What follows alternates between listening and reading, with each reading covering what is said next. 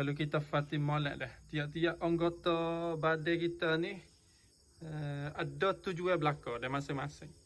Dah, telinga untuk dengar dah, mata untuk tengok.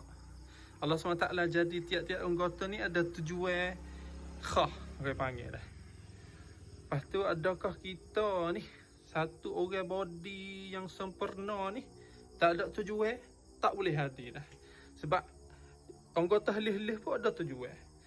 Jadi kita seorang yang sempurna ni dicipta oleh Allah SWT ni memang ada orang panggil matlamat, tujuan. Gapo tujuan dah? Allah SWT kata, "Wa ma khalaqtul jinna wal insa illa liya'budun." Dan aku tidak menciptakan jin dan manusia kecuali untuk ibadat kepadaku. Kalau tengok dalam surah Mukminun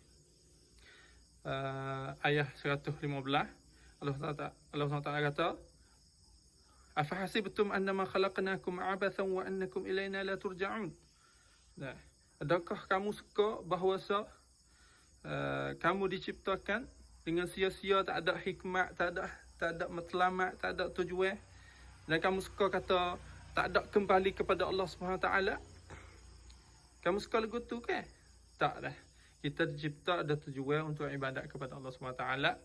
Marilah kita jadikan segala kegiatan kita tiap hari tu, walaupun adah, walaupun benda kecil-kecil macam buh baju, kita jadikan adah itu kepada ibadah dengan niat kita yang baik, insya-Allah taala.